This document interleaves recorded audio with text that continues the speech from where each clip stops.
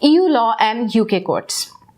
The UK courts have three different approaches to the conflicting nature of the common law doctrine and supremacy of EU law.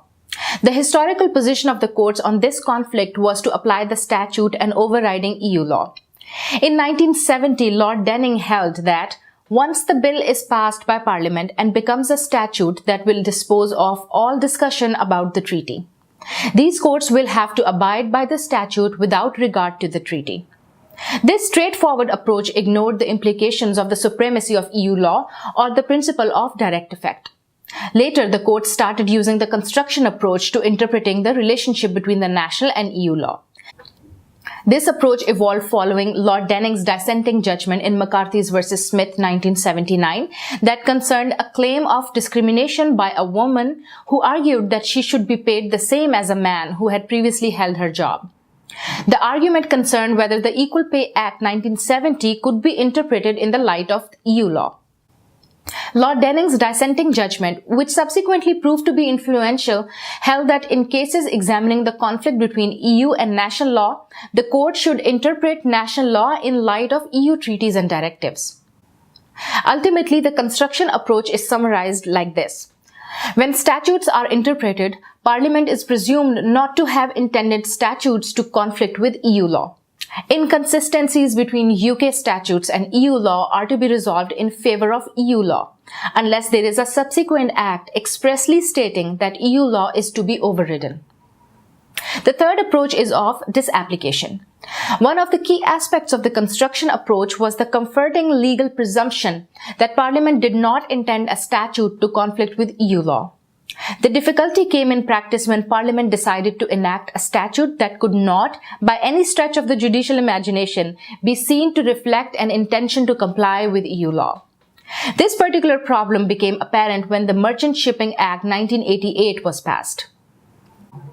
This act was intended to prevent non-British fishing boats owners from taking advantage of the fishing quotas that had been allocated to the United Kingdom. Many Spanish fishermen had taken advantage of the UK quota by registering their boats as British. The Merchant Shipping Act blatantly discriminated against non-British fishermen by expressly stating that fishing boats could only be registered as British if the boat was owned by a British and was managed from the United Kingdom. The Spanish fishermen sought a judicial review of the Act in R v. Secretary of State for Transport, ex parte Factor Thami No. 1 in 1990. The European Court of Justice granted an interim injunction to the applications and, crucially, set aside the Crown Proceedings Act 1947, which under UK national law had prevented an injunction applying against the Crown. When the case came back to the House of Lords in Factor Thami case No. 2 in 1991, Lord Bridge, addressing the public criticism, remarked that such comments on the European Court of Justice's decision were based on a misconception. He further elaborated the constitutional position of the UK that under the European Communities Act 1972, it has been always clear that it was the duty of a UK court to override any rule of national law that is found to be in conflict with any directly enforceable rule of the community law.